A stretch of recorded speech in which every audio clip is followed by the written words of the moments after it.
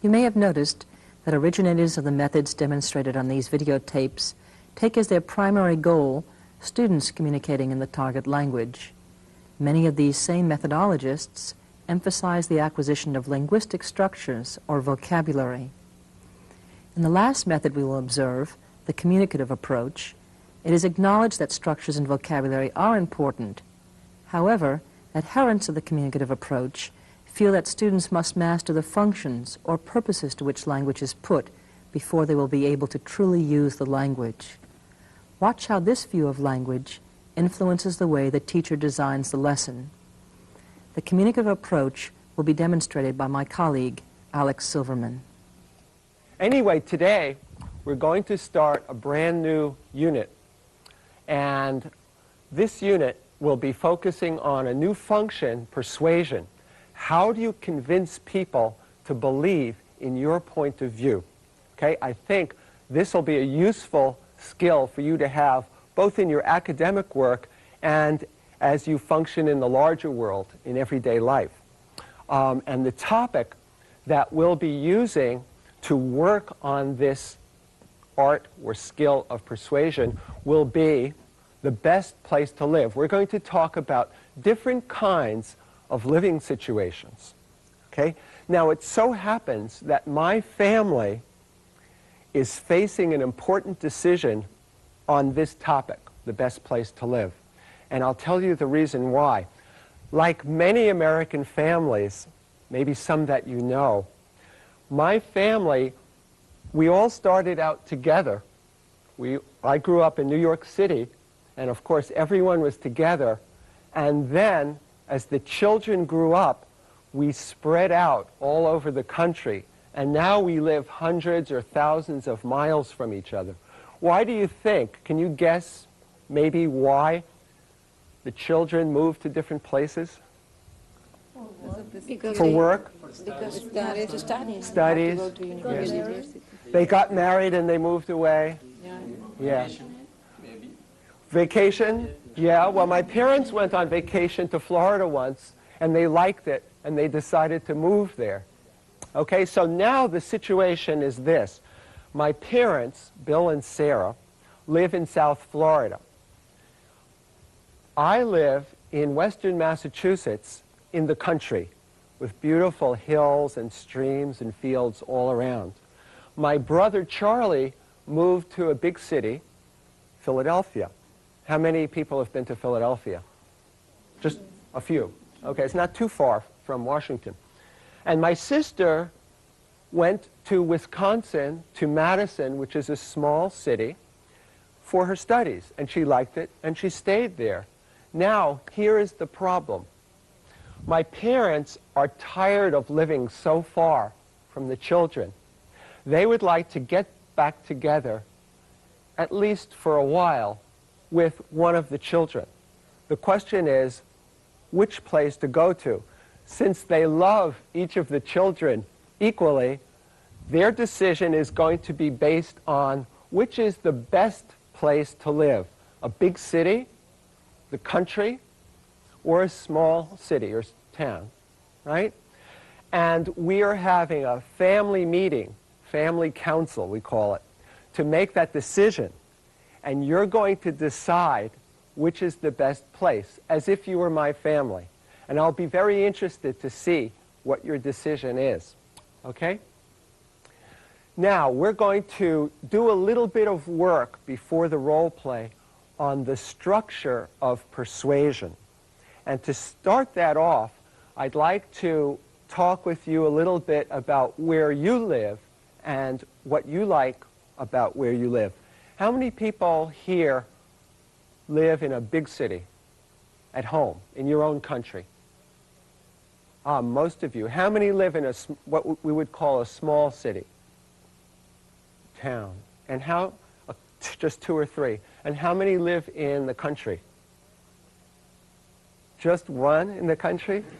Okay. All right. Well, let's talk about the big city then, since so many of you are from a big city. What are the reasons that you like living in a big city? What are some of the advantages that you find in big city life? Better jobs, okay? After the students give all their reasons, the teacher gives an example of how one might make a case for living in a big city. Finally, there's a wider variety of people that you can meet in a big city. Now, what I just did was structure my persuasion in a certain way that we like to do in English. And one term you can use for this structure is making a case.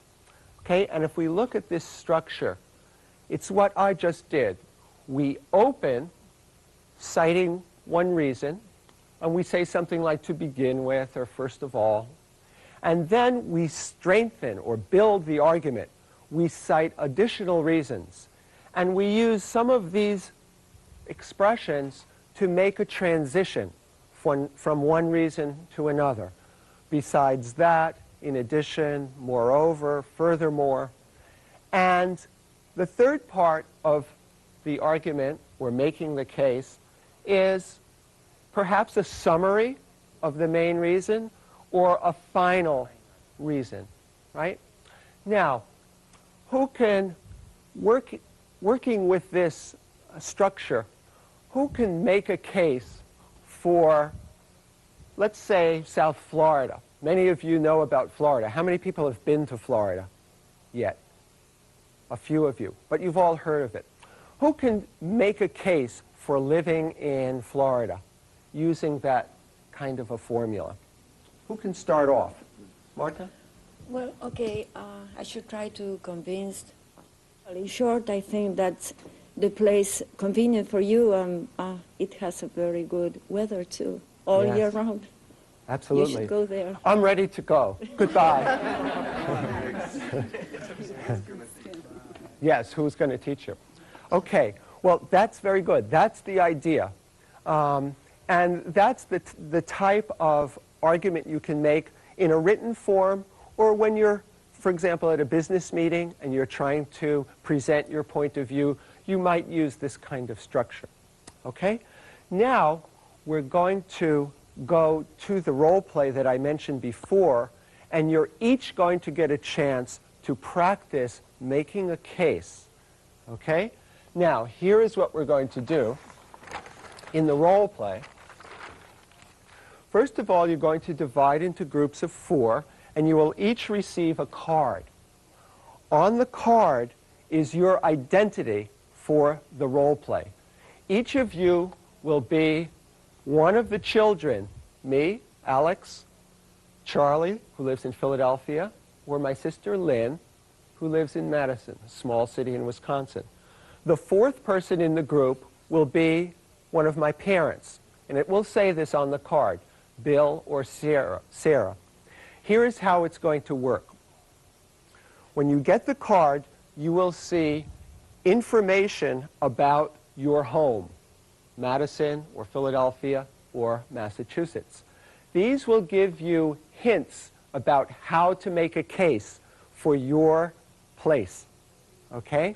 What you will do is first take a couple of minutes to study the card, see the information, think up additional reasons besides the ones on the card, for living in your place. Okay? You're free to ask me any questions you may have about any of these places, because I've been to all of them. I know them all pretty well. Okay? Then, once those 2 minutes are up and you've prepared your case, the family council will start. And what you will do is try to convince Bill or Sarah, the parents, that your place is best. So you make a case in front of Bill or Sarah about your place. And everyone else will listen. Okay? Follow the formula for making a case. Once each of the 3 children has made his or her case, the parent in the group, the person playing my father or mother, Bill or Sarah, will decide which is the most convincing argument and will state the reasons why. Okay? So each child makes the case. Bill or Sarah listens, thinks about the arguments, and decides which is the best one, the most convincing one. Then, after that, we'll come back in the large group, and I'll ask the Bills and Sarahs to report on what they decided. Okay? Any questions about the procedure? Okay, could you move into groups of 4, and I will give you your cards. You have to convince them that what is the reason for that the best yes. Your own room and stay with one of your children. You have to live with the oldest. One Yes. the oldest. Yes, yes. yes. You remember? Yes, same thing in our The country. same situation. And the two of the children can help the oldest for entertaining her parents. That's no problem. It's next to See if it's on.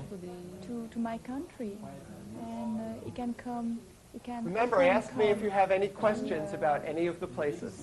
to see us, and I think you have to come in our country, in my country.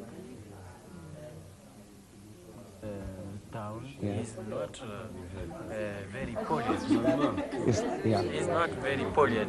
No, the air is very The air is good. clean? But Yes. I don't know. You're not sure if they're telling the truth? It's a big city, Philadelphia.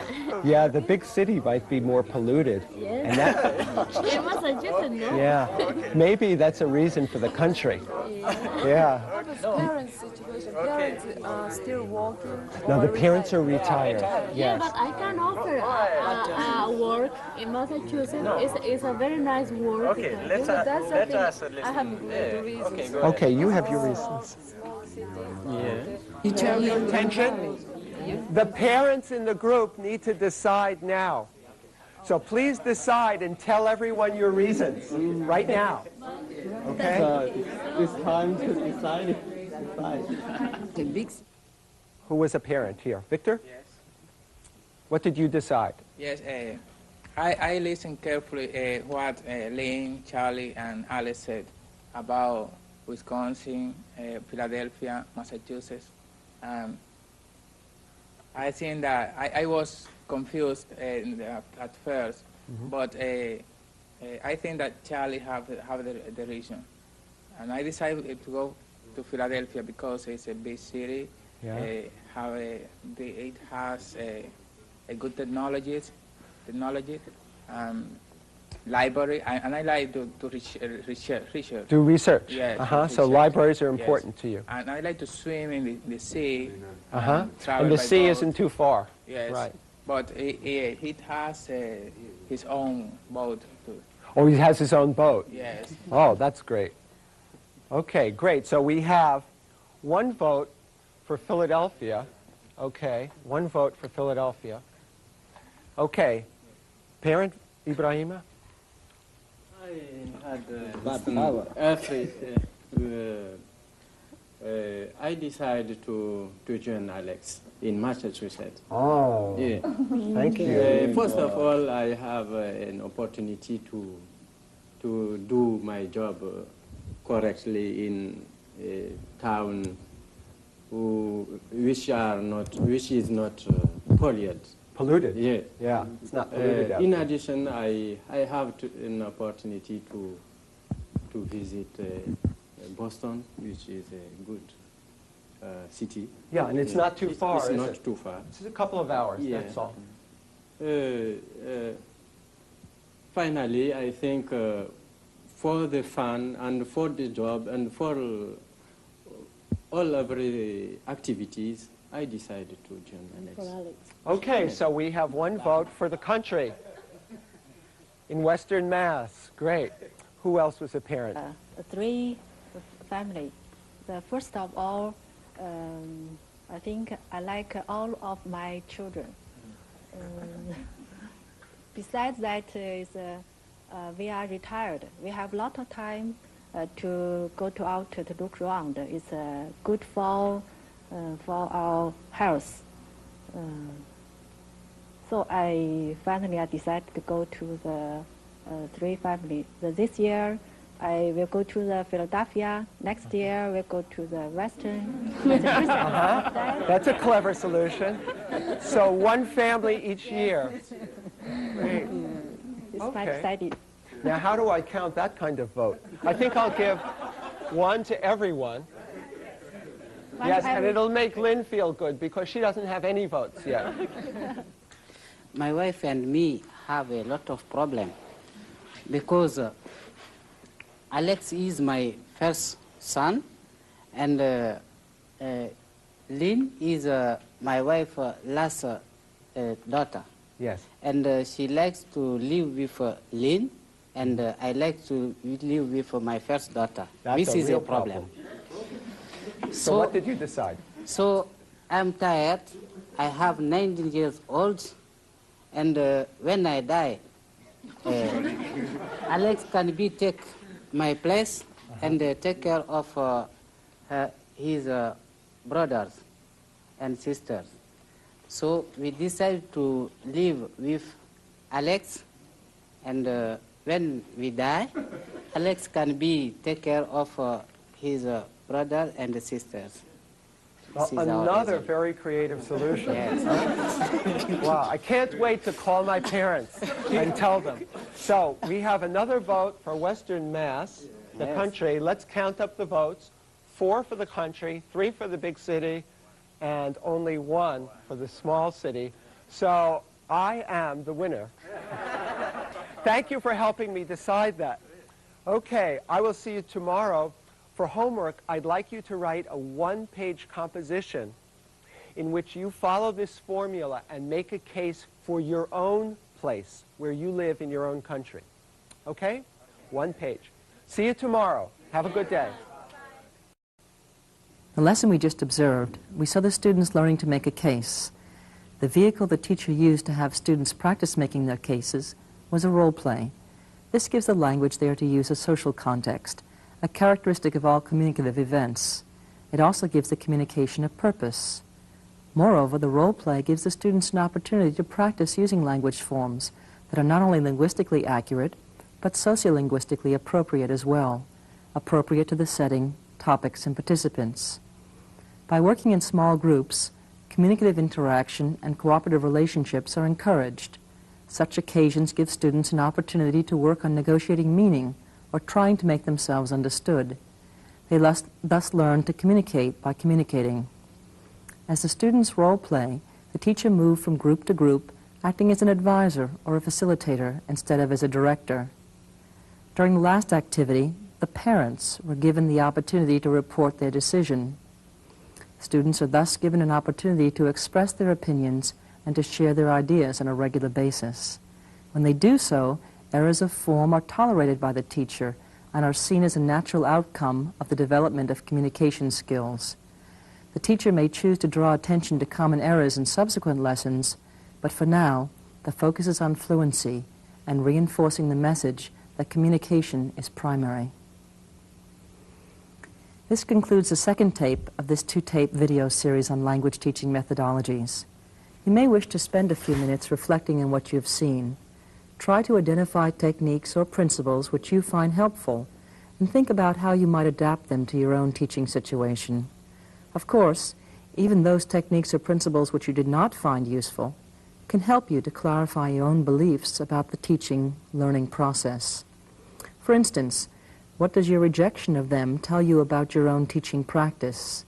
Being clear about why you do what you do will give you a firm foundation from which to sift through the methods demonstrated here. We have presented some options. Now it is your responsibility to hold them up to the filter of your own beliefs, experience, and the needs of your students. I wish you well.